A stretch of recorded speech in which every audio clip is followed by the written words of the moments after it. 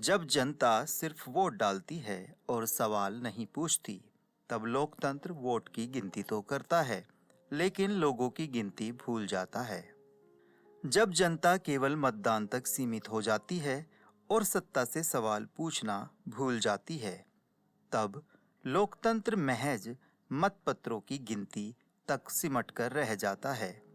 वह लोगों की वास्तविक समस्याओं, उम्मीदों और अधिकारों को अनदेखा कर देता है। यही संदेश लेखक जोशी जोसेफ अपनी पुस्तक a feast of vultures the hidden business of democracy in India में एक गहरे प्रतीक के माध्यम से सामने रखते हैं।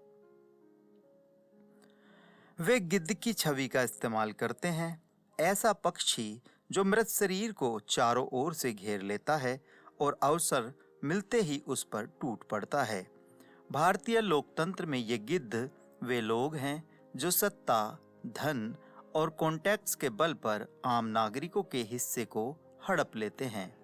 ये कभी छोटे अफसर के रूप में दिखते हैं, कभी दलाली करने वाले स्थानीय बिचौलियों के रूप में और कभी-कभी पूंजीपतियों के रूप में। यह पुस्तक एक गैर काल्पनिक कृति है जो भारतीय लोकतंत्र के चमकदार मुखौटे और वास्तविक सत्ता के बीच छिपी खाई को उजागर करती है। इसमें बताया गया है कि राजनीति, उद्योग, नौकरशाही और भ्रष्टाचार किस तरह एक दूसरे से गहराई तक गुथे हुए हैं और एक संगठित नेटवर्क की तरह काम करते हैं। लेखक यह स्पष्ट करते हैं कि भ्रष्टाचार कोई आकस्मिक घटना नहीं है, बल्कि ये एक संगठित और बहुस्तरीय व्यवस्था है। गांव के स्तर पर साधारण से साधारण सुविधा जैसे हैंडपंप लगवाना, सड़क बनवाना या किसी सरकारी योजना का लाभ पाना भी बिना दलालों की श्रृंखला से गुजरे संभव नहीं। स्थानीय नेता और अफसर पहले अपना हिस्सा लेते हैं, उसके बाद मामला जिला और राज्य स्तर तक पहुंचता है। अंततः यह दिल्ली के मंत्रालयों की मेज पर जाकर रुकता है, जहां फाइल आगे बढ़ाने के लिए भारी भरकम रकम देनी पड़ती है।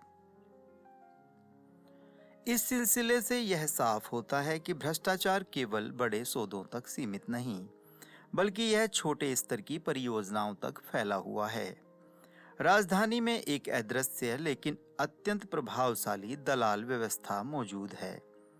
ये बिचौलिए अफसरों, मंत्रियों और पत्रकारों तथा कॉरपोरेट घरानों के बीच कनेक्टिंग लिंक का काम करते हैं। उनके पास ऐसे संपर्क और फोन नंबर होते हैं जिनसे अरबों रुपए की डील का रुख बदला जा सकता है, चाहे डिफेंस डील हो, खनन का अधिकार हो या सरकारी ठेका। इन दलालों की पहुंच हर जगह है। पुस्तक में कई नाम और घटनाएं दर्ज हैं जो इस जाल की गहराई को उजागर करती हैं। भारत विश्व के सबसे बड़े हथियार खरीदार देशों में से एक है और यही कारण है कि यहाँ रक्षा डील में सबसे बड़े घोटाले होते रहते हैं। बोफोर्स से लेकर आधुनिक हथियार खरीद तक कमीशन खोरी, फर्जी कंपनियों को ठेके और गोपनीयता का दुरुपयोग लगातार सामने आते रहते हैं। राष्ट्रीय सुरक्षा की आड़ में अरबों रुपए नेताओं और दलालों की जेब में जाते हैं। बड़े उद्योगपति केवल कारोबार नहीं करते, बल्कि नीतियों को अपने अनुकूल मोड़ने में भी माहिर होते हैं। वे चुनावी चंदों के जरिए राजनीतिक दलों को प्रभावित करते हैं और बदले में जमीन, लाइसेंस या नियमों के बदलाव जैसे लाभ प्राप्त करते हैं। मीडिया में निवेश कर अपनी छवि बनाना और असहज खबरों को दबा देना भी उन्हीं के हथियार हैं। लोकतंत्र का यह व्यापार केवल राजनीतिक गलियारों तक सीमित नहीं, बल्कि कॉरपोरेट दफ्तरों में भी यही चलता है। लेखक बताते हैं कि मीडिया, जो लोकतंत्र का चौथा स्तंभ माना जाता है, कभी-कभी इस भ्रष्टतंत्र का हिस्सा बन जाता है। Paid news, corporate press release को खबर की तरह छापना और असुविधाजनक रिपोर्टों को दबा देना, ये सब लोकतंत्र की जड़ों को कमजोर करते हैं। हालांकि कुछ पत्रकार अपनी जान जोखिम में डालकर सच्चाई सामने लाने का प्रयास करते हैं, लेकिन उनकी संख्या बहुत कम है। जो अफसर ईमानदारी से काम करना चाहते हैं, वे इस प्रणाली में टिक पाना बेहद कठिन पाते हैं। राजनीतिक दबाव, कॉरपोरेट दबाव, ट्रांसफर पोस्टिंग का धंधा, अनुशासनात्मक कार्रवाई की धमकियां उनके रास्ते की सबसे बड़ी बाधाएं हैं। पुस्तक में कई उदाहरण दिए गए हैं कि कैसे अफसरों के फैसलों को निजी लाभ के लिए मोड़ने की कोशिश की जाती है। भारतीय लोकतंत्र के असली मालिक कौन? जोसेफ सवाल उठाते हैं कि लोकतंत्र के असली मालिक जनता है या वे लोग जिनके पास पैसे और सत्ता के साधन हैं। गांव के नागरिक से लेकर संसद के गलियारों तक हर स्तर पर एक अदृश्य बाजार चलता है। यह बाजार न सिर्फ फैसले खरीदता है बल्कि लोकतंत्र के भविष्य को भी बंधक बना देता है। लेखक यह भी कहते हैं कि जब तक सिस्टम में पारदर्शिता, जवाबदेही और नागरिक जागरूकता नहीं बढ़ेगी, तब तक गिद्धों की ये दावत चलती रहेगी। जोशी जोसेफ शुरुआत में ही एक तीखा वाक्य लिखते हैं, गिद्ध मृत जानवर पर नहीं उतरते, वे उस पल का इंतजार करते हैं जब कोई और उसे हटा नहीं रहा हो। यह रूपक भारत के लोकतंत्र पर सटीक बैठता है, जहां सत्ता के गलियारों में बैठे लोग आम जनता की बेबसी को देख देख कर मौके की तलाश करते हैं। लेखक बताते हैं कि भ्रष्टाचार भारत में किसी एक घोटाले की कहानी नहीं है, बल्कि यह एक इकोसिस्टम है, जहां गांव का प्रधान, जिले का अफसर, मंत्री, पत्रकार, कॉरपोरेट सब एक अदृश्य लेन देन की श्रृंखला में बंधे हैं। यह सिस्टम इतना सामान्य हो गया है कि लोग इसे जीवन का स्वाभाविक हिस्सा मानने लगे हैं। एक साधारण हैंडपंप किसी गांव में लगवाने के लिए भी महीनों का सफर तय करता है और इस सफर के हर पड़ाव पर कट लिया जाता है। सरकारी रिकॉर्ड्स दिखाते हैं कि हैंडपंप की वास्तविक लागत का 30 से 50% भ्रष्टाचार की परतों में गायब हो जाता है। दिल्ली के एयर कंडीशन दफ्तर में बैठा अफसर यह नहीं जानता कि उसके साइन का मतलब एक गांव की औरत का 10 किलोमीटर कम चलना है, और शायद उसे परवाह भी नहीं। यह बताता है कि भ्रष्टाचार सिर्फ अरबों की डील्स में नहीं, बल्कि छोटे छोटे प्रोजेक्ट्स में भी उतना ही गहरा है। दिल्ली के 5 सितारा होटलों के लॉबी, गोल्फ क्लब और निजी पार्टियां यहीं असली फैसले होते हैं। लेखक ने दर्जनों ऐसे दलालों से मुलाकात की जिनके पास मंत्री और सचिवों के निजी मोबाइल नंबर थे और जो एक कॉल पर रक्षा डील, खनन लाइसेंस या सरकारी ठेके तय कर सकते थे। इन लोगों का कोई आधिकारिक पद नहीं था, फिर भी ये सत्ता के हर दरवाजे की चाबी रखते हैं। एक उदाहरण में जोशी बताते हैं कि कैसे एक छोटे से ब्रोकर ने महज 48 घंटों में 600 करोड़ का खनन का ठेका पक्का कर दिया, वो भी बिना किसी सरकारी पद के।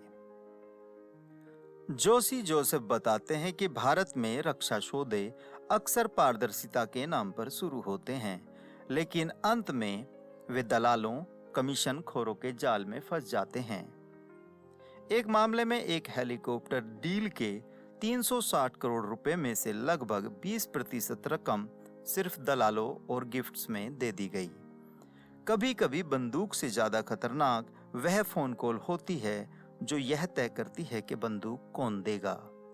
लेखक ने एक रक्षा दलाल से बातचीत में जाना कि कैसे सुरक्षा और राष्ट्रीय हित के नाम पर सौदों की फाइलें बारी बारी से सही लोगों के पास पहुंचाई जाती हैं। लेखक बताते हैं कि भारत में बड़े कारोबारी घराने सिर्फ बाजार से ही नहीं बल्कि मंत्रालयों से भी सौदेबाजी करते हैं। एक बड़े टेलीकॉम घोटाले में नीतियां ही इस तरह बदली गई कि एक कंपनी को अरबों का फायदा हो गया, जबकि बाकी प्रतियोगियों को किनारे लगा दिया गया। भारत में उद्योगपति सिर्फ फैक्ट्री नहीं चलाते, वे मंत्रालय भी चलाते हैं। अंतर बस इतना है कि एक में मशीनें होती हैं, दूसरे में फाइलें। जोशी दिखाते हैं कि कैसे पॉलिटिकल फंडिंग, चुनावी रैलियां और मंत्रियों की कृपा के बीच एक अदृश्य रिश्ता बना रहता है। पत्रकारिता, जो कभी सत्ता पर सवाल उठाने का हथियार थी, अब कई बार सत्ता की चुप्पी बनाए रखने का औजार बन चुकी है। कई बड़े मीडिया हाउस अपने प्रमुख विज्ञापनदाताओं के खिलाफ कोई रिपोर्ट नहीं छापते, भले ही सबूत साफ हों। सच बिकता नहीं, किराए पर चला जाता है और किराया देने वाले तय करते हैं कि कब, कहां और कितना बोला जाए। जोशी एक उदाहरण देते हैं जहां एक खनन घोटाले पर रिपोर्टिंग रोकने के लिए अखबार के मालिक को सीधे दिल्ली से फोन आया और अगले ही दिन वह खबर गायब हो गई। भ्रष्टाचार केवल महानगरों, मंत्रालयों की ऊंची इमारतों तक सीमित नहीं है। इसकी जड़ें गांव की पगडंडियों, मिट्टी के रास्तों तक फैली हुई हैं। उदाहरण के लिए बिहार के एक पिछड़े गांव में सड़क निर्माण के लिए 50 लाख रुपए का बजट आवंटित हुआ, लेकिन वह सड़क कभी हकीकत में अस्तित्व में नहीं आई। कागजी दस्तावेजों पर काम पूरा संपन्न दिखाया गया, पर वास्तव में बजट की राशि अलग अलग स्तरों पर बैठे लोगों की जेबों में समा गई। लेखक लिखते हैं कि भारत में सड़कें केवल परिवहन का साधन नहीं होती, वे सत्ता और धन के बीच सीधा संपर्क भी स्थापित करती हैं। गांव के प्रधान से शुरू होकर जिला स्तर के अफसरों तक और फिर राजधानी के मंत्रालयों की फाइलों तक हर चरण पर पैसे का बंटवारा होता है। नतीजतन आधे से अधिक बजट बिचौलियों और अधिकारियों की खपत में गुम हो जाता है। जोशी बताते हैं, सिर्फ देसी दलाल ही नहीं बल्कि विदेशी कंपनियां भी इस व्यवस्था का हिस्सा बन जाती हैं। निवेश के नाम पर आने वाली अंतर्राष्ट्रीय कंपनियां भी भारतीय भ्रष्टाचार तंत्र में घुल मिल जाती हैं। एक यूरोपीय इंफ्रास्ट्रक्चर कंपनी का उदाहरण सामने आता है, जिसने एक प्रोजेक्ट हासिल करने के लिए स्थानीय एजेंटों के जरिए मंत्री के रिश्तेदारों को करोड़ों रुपए बतौर कंसल्टेंसी फीस दिए। यहाँ पैसा ही असली भाषा बन जाता है, जो संस्कृति, सीमाएं और अंतर्राष्ट्रीय नैतिकता को भी चुप करा देता है। इस तरह विदेशी व्यावसायिक आचार संहिताएं भारत पहुंचते पहुंचते स्थानीय भ्रष्ट ढांचे में एडजस्ट हो जाती हैं। किताब के अंत में लेखक एक कठोर निर्णय पर पहुंचते हैं। भारत का लोकतंत्र बाहर से चमकदार दिखता है, लेकिन भीतर से खोखला हो चुका है। हर साल खरबों रुपए चुनावी फंडिंग में बहाए जाते हैं और इनका अधिकांश स्रोत अज्ञात रहता है। सत्ता, उद्योग और मीडिया का त्रिकोण यदि नहीं टूटा तो लोकतंत्र की मजबूती केवल कल्पना बनकर रह जाएगी। लेखक याद दिलाते हैं कि जब जनता केवल मतदान करने तक सीमित रह जाती है और सवाल पूछना छोड़ देती है, तब लोकतंत्र केवल मतगणना करता है, लेकिन इंसानों की गिनती करना भूल जाता है। ए फीस्ट ऑफ वल्चर ये एहसास कराती है कि भारतीय लोकतंत्र एक सुंदर इमारत जैसा है, जिसकी दीवारें आकर्षक रंगों से सजी हैं, पर उसकी नींव दीमक से खोखली हो चुकी है। गांव के चौपाल से लेकर अंतर्राष्ट्रीय कॉरपोरेट बोर्ड रूम तक हर जगह शक्ति और धन का ये खेल चलता रहता है और आम नागरिक इस पूरे खेल का केवल दर्शक बनकर रह जाता है। भारत में लोकतंत्र सिर्फ मतदाता और नेता के बीच का संबंध नहीं, ये एक जटिल जाल है जहां धन, पद, संपर्क और प्रभाव की डोर खींची जाती है। लेखक एग्जाम्पल से बताते हैं कि कैसे गांव का एक साधारण किसान किसी सरकारी सुविधा के लिए कई सालों तक प्रतीक्षा करता है, जबकि बड़े कॉरपोरेट समूह सत्ता के उच्चतम स्तर पर ही एक ही रात में अरबों की डील्स कर लेते हैं। इस ढांचे में दलाल, लॉबिस्ट और मिडलमैन वे पुल हैं जो नेताओं और उद्योगपतियों को जोड़ते हैं। किताब में अनाम अफसरों से लेकर नामचीन नेताओं, उद्योगपतियों तक कई परतें खोली गई हैं। छोटे गांवों से लेकर राष्ट्रीय राजधानी तक हर स्तर पर गिद्धों यानी अवसर का शोषण करने वाले ताकतवर लोगों के असली चेहरे सामने आते हैं। ए फीस्ट ऑफ वल्चर न केवल भारतीय लोकतंत्र के भीतर पल रहे अंधेरे सच को उजागर करती है, बल्कि पाठकों को सोचने पर मजबूर भी करती है। यह सवाल उठाती है कि क्या भारत का लोकतंत्र सचमुच जनता का शासन है या फिर कुछ चुनिंदा ताकतवर लोगों का खेल।